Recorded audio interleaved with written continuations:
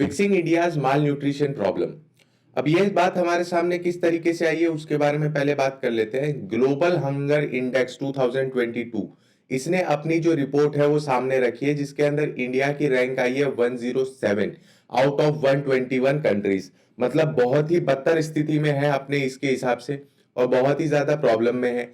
इस रिपोर्ट को government of India ने डिस्क्रेडिट कर दिया है, कहा है कि ये जो चीज है ये सही नहीं है और यहां तक भी कहा कि ये कॉन्स्पिरेसी है इंडिया के खिलाफ।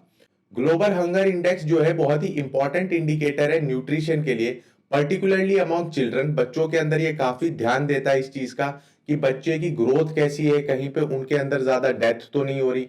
इन सारी चीजों के ऊपर रख के ये अपनी रिपोर्ट बनाता है। बट किसी भी तरीके से ये इंटरनेशनल कॉन्स्पिरेंसी नहीं है। क्यों ऐसा बता रहे हैं सुवोजीत चट्टोपाध्याय जी? क्योंकि इनका कहना है कि India's national family health survey वो ये कहता है from 2019-21 children below the age of 5 35.5% were stunted, मतलब उनकी ग्रोथ रुकी हुई थी। 19.3 शोड वेस्टिंग एंड 32.1 अंडरवेट। तो ये सारी चीजें माल न्यूट्रिशन बताती हैं कि किस तरीके से हमारे इंडिया के अंदर जो है न्यूट्रिशन प्रॉपरली नहीं मिल रहा बच्चों को, जो कि मिलना चाहिए। अब इसके ऊपर हम पहले बात कर लेते हैं कि गवर्नमेंट स्कीम के अंदर क्या इशू आ रहा है। गवर्नमेंट स्कीम डिलीवर नहीं कर रही है। यहाँ पे एग्जाम्पल दिए हैं कुछ गवर्नमेंट स्कीम्स के, उनके बारे में हम चर्चा कर लेते हैं। सबसे पहले बात कर लेते हैं सक्षम anganwadi and prime ministers over reaching scheme for holistic nutrition, जिसे हम बोलते हैं पोषण 2.0 स्कीम। उसको अब इंक्लूड कर दिया गया है किसके साथ? इंटीग्रेटेड चाइल्ड डेवलपमेंट सर्विसेज के अंदर।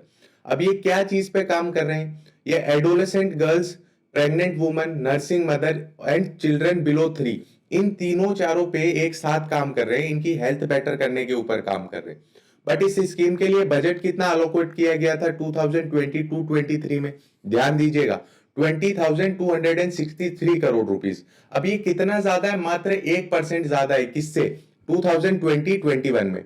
अगर 2 साल में सिर्फ 1% बढ़ा जाए तो उसका कोई मतलब है? मैं आपके ध्यान में लाना चाहूंगा कि हर साल हमारी नहीं करते 6% तो इन्फ्लेशन बढ़ रही है, 6% तो महंगाई बढ़ जा रही है। आप 1% बजट में इंक्रीज करेंगे तो कैसे चलेगा?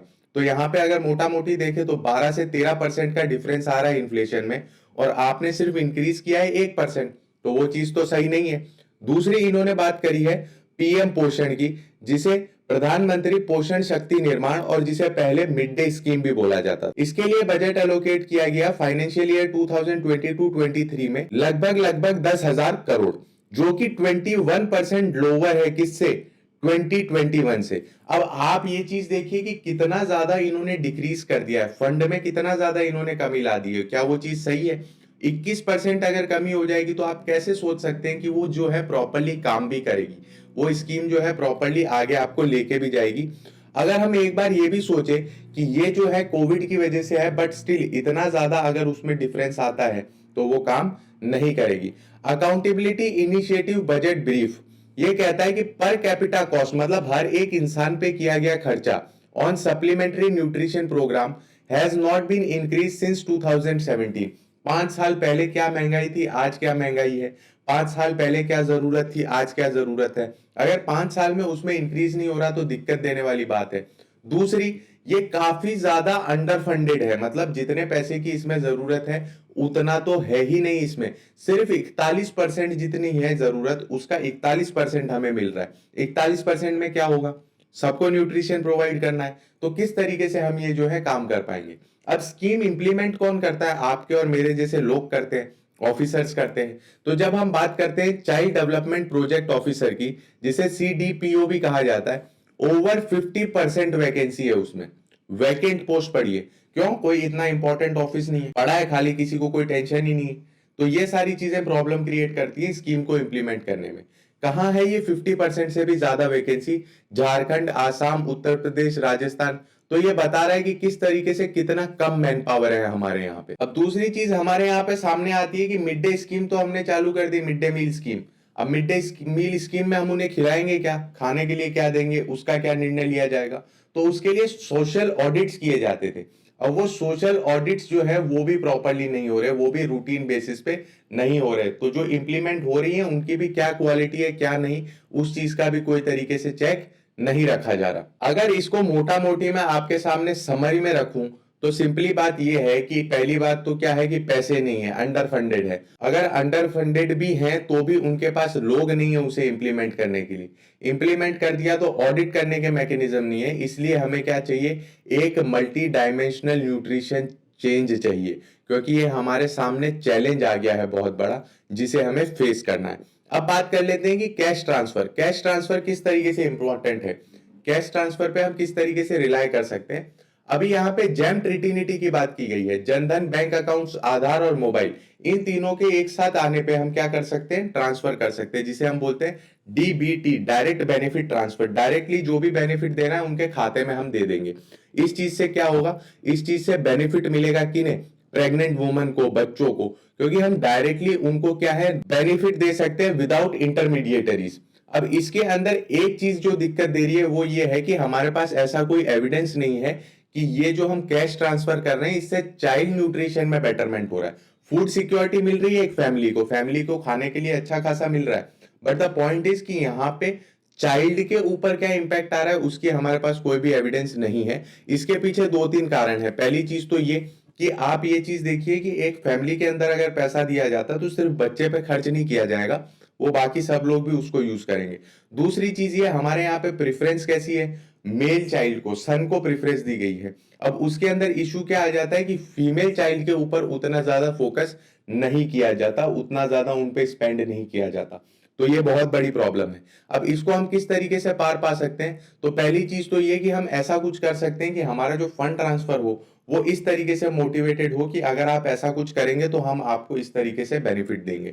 दूसरी चीज, हमें उन्हें एजुकेट करना है, उनका जो बिहेवियर है उसे चेंज करना है, उस तरीके से हम इसको जो है बेटर कर सकते हैं। तो कैश ट्रांसफर एक सोल्यूशन हो सकता है, एक पार्ट हो सकता है सोल्यूशन का, बट ओवरऑल अगर उसे एज ए सोल्यूशन हम देखें तो वो चीज सही नहीं होगी। तो फिलहाल हम ये कह सकते हैं कि जो अंडर फंडेड है सारी स्कीम्स, और उसी के साथ साथ जो ये इम्प्लीमेंटेशन में प्रॉब्लम आ रही है उसको हम ब्लेम कर सकते हैं हमारे माल न्यूट्रिशन के लिए। ये जो हमारी प्रॉब्लम है हमारे देश में उसके लिए इसे ब्लेम किया जा सकता है। India is losing its cherished right to know, यहाँ पे बात करी गई है इंफॉर्मेशन कमीशन के बारे में। यहाँ पे इस चीज के बारे में चर्चा करी गई है कि किस तरीके से हमारा राइट टू इंफॉर्मेशन जो है हमारे पास से जा रहा है।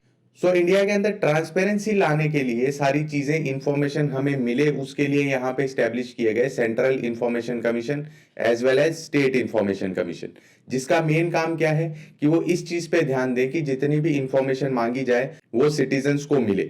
यहाँ पे क्या कहा गया है, यहाँ पे एक गारंटी मिली है कि पब्लिक इंफॉर्मेशन ऑफिसर जो है पब्लिक बॉडी का, वो 30 दिन के अंदर अंदर वो इंफॉर्मेशन देगा, unless and until that is against the national interest. National interest के अगेंस्ट हो तो नहीं, बाकी जितनी भी इंफॉर्मेशन है वो उन्हें 30 दिन के अंदर अंदर देनी पड़ेगी, और अगर अर्जेंट बेसिस पे हो तो within 48 hours. In case of a no reply और dissatisfaction with the response, citizen appeal कर सकते हैं डिपार्टमेंट लेवल पे, फिर सेकेंड एंड फाइनल अपील कर सकते हैं वो इंफॉर्मेशन कमीशन में। हर एक स्टेट के पास स्टेट इंफॉर्मेशन कमीशन है और सेंटर के पास सेंट्रल इंफॉर्मेशन कमीशन है। सारी चीजें बेहतर तरीके से चल रही थी, सब कुछ बढ़िया चल रहा था, कोई दिक्कत नहीं थी, पर अचानक से आया 2019 का अमेंडमेंट, आरटीआई में अमेंडमेंट कर दिया गया। अब अगर हम बात करें 2019 से पहले क्या था, तो उस समय पे इंफॉर्मेशन कमिश्नर्स का जो लेवल था उसकी हम बात करते हैं, सीआईसी चीफ इंफॉर्मेशन कमिश्नर का लेवल इक्वल था चीफ इलेक्शन कमिश्नर के और सुप्रीम कोर्ट जज के, और उनका टेन्योर जो है वो भी 5 साल तक फिक्स कर दिया गया था, उनकी सर्विसेज भी फिक्स कर दी गई थी। अमेंडमेंट आया और अमेंडमेंट ने सब कुछ जो है ऊपर नीचे कर दिया। अमेंडमेंट अब क्या कहता है कि सेंटर के पास पावर है, वो जिस तरीके से चाहे उस तरीके से उसे चेंज कर सकते हैं, और इससे क्या हो गई है, इससे कॉम्प्रोमाइज हो गई है independence of chief information commissioner as well as the whole commission. अब यहाँ पे इसके कुछ एग्जांपल्स भी हमें देखने के लिए मिल जाते हैं इस आर्टिकल में। From transparency to hurdles, the CIC was functioning institution until 4 year ago। 4 साल पहले तक ये बहुत बढ़िया काम कर रहा था। क्या क्या इन्होंने काम किए, इन्होंने बोला कि पॉलिटिकल पार्टीज भी जो है RTI एक्ट के अंडर आती हैं, hence it is accountable to public. उसके बाद इन्होंने ऑर्डर किया कि करंट प्राइम मिनिस्टर के एजुकेशन क्वालिफिकेशन बाहर लाओ। इसने रिजर्व बैंक को ऑर्डर किया कि लिस्ट लाओ विलफुल डिफॉल्टर्स ऑफ लोन की, कि कौन कौन जो है विलफुली उसे डिफॉल्ट कर रहे हैं। बट अब बात करें तो अब एक तरीके से ये डेड इंस्टीट्यूशंस हो गया है, यहाँ पे कोई भी चीजें नहीं बताई जाती है, कोई भी चीजें जो है सामने नहीं आती है। सीआईसी के अंदर केसेस जो है वो 2-2 साल तक जो है वेट करना पड़ता है उसके लिए, और अगर जब वो सामने आते हैं तो या तो वो अपनी सिग्निफिकेंस खो देते हैं या फिर उसके बाद उस पे डिसाइड किया जाता है कि क्या इसे बाहर निकाला जाएगा या नहीं। अब एक और नया ट्रेंड यहाँ पे चालू हुआ है कि अगर कोई डेटा मांगी जाती है, फॉर एग्जांपल यहाँ पे बात करी गई है tapping orders pass bye home minister, तो इसे डायरेक्टली रिलेट कर दिया गया है किससे, मिनिस्ट्री से। अब मिनिस्ट्री अगर वो डिसाइड करेगी तो वो यही बोलेगी कि नहीं आप मत बताइए, और कौन से ग्राउंड्स पे, नेशनल इंटरेस्ट पे। फॉर एग्जांपल अगर मेरे ऊपर चोरी का आरोप लगा है और मुझे ही जज बना दिया जाए, तो क्या मैं उसमें मेरे खिलाफ जजमेंट सुनाऊंगा? ऐसा होगा ही नहीं। और यहाँ पे और ज्यादा प्रॉब्लम तब बढ़ जाती है जब इस तरीके का ऑर्डर आ जाता है मिनिस्ट्री की तरफ से, जो ऑब्वियसली पुराना उनका ऑर्डर था कि इंफॉर्मेशन मत दीजिए, उनसे मेल खाता है, तो अगली बार सीआईसी कोई भी तरीके का चैलेंज भी उस पर नहीं लेता।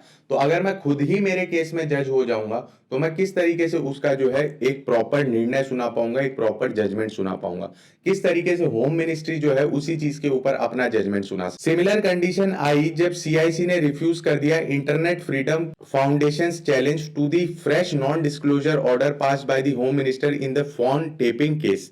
अब यहाँ पे उन्होंने जो है चैलेंज को एकदम हटा दिया कि अब चैलेंज नहीं किया जा सकता, आप चैलेंज नहीं कर सकते। बट इन लोगों के पास पैसे अच्छे खासे थे तो ये दिल्ली हाई कोर्ट चले गए, और दिल्ली हाई कोर्ट से क्या है, इन्होंने फेयर ट्रायल की मांग करी।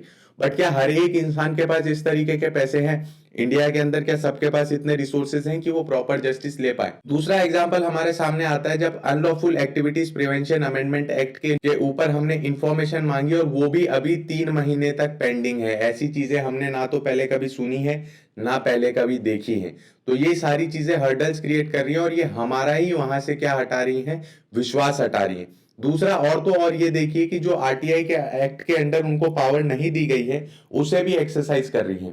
जैसे कि बैंक्स फर्स्ट एपिलेट अथॉरिटी ने ये ऑर्डर कर दिया था कि डिस्क्लोजर कर दीजिए, जो भी नॉन परफॉर्मिंग एसेट्स हैं और टॉप डिफॉल्टर्स हैं उनको बाहर निकाल दीजिए। बट इसके ऊपर स्टे ऑर्डर लाया गया किसकी तरफ से? इसके ऊपर स्टे ऑर्डर लाया गया इंफॉर्मेशन कमीशन की तरफ से।